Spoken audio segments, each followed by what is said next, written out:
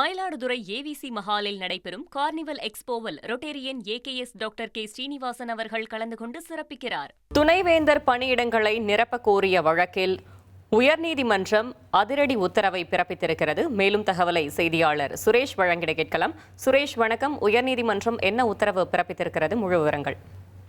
வணக்கம். தமிழ்நாட்டில் மொத்தம் 20 அரசு பல்கலைக்கழகங்கள் இருக்கு. இந்த 20 பல்கலைக்கழகங்கள்ல 15 பல்கலைக்கழகங்கள்ல துணைவேந்தர் பதவி காலியா இருக்கு.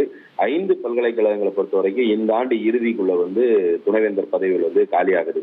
இந்த சூழல்ல இந்த பல்கலைக்கழகங்களுடைய துணைவேந்தர்களை நியமிக்கிறதை பொறுத்த வரைக்கும் உயர்நீதிமன்ற ஓய்வு பெற்ற தலைமை நீதிபதி தலைமையில ஒரு குழுவை அமைக்கணும் அப்படின்ற ஒரு கோரிக்கையோட செங்கல்பட்டுவை சேர்ந்த கேபிள் டிவி ஆபரேட்டர் பாஸ்கர்ங்கிறவர் உயர்நீதிமன்றத்தில் ஒரு பொதுநல வழக்கு தாக்கல் செய்திருக்காரு.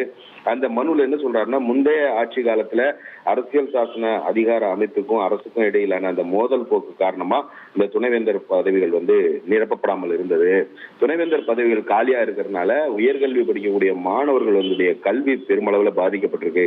இதே மாதிரி ஒரு நிலைமை மேற்கு வங்கத்துல ஏற்பட்ட போது உச்சநீதிமன்றத்தினுடைய ஓய்வு பெற்ற நீதிபதி யூ லலித் தலைமையில ஒரு குழு அமைச்சது. அதே போல தமிழகத்திலையும் காலியா இருக்கக்கூடிய அந்த துணைவேந்தர் பதவிகளை நிரப்புவதற்காக உயர்நீதிமன்ற ஓய்வு பெற்ற தலைமை நீதிபதி தலைமையில பல்கலைக்கழக மானிய குழு பிரதிநிதியை சேர்த்து ஒரு உயர் அதிகாரம் கொண்ட ஒரு குழுவை அமைக்க உத்தரவிட வேண்டும் என்ற ஒரு கோரிக்கை அந்த மனுவில் முன்வைச்சிருந்தாரு.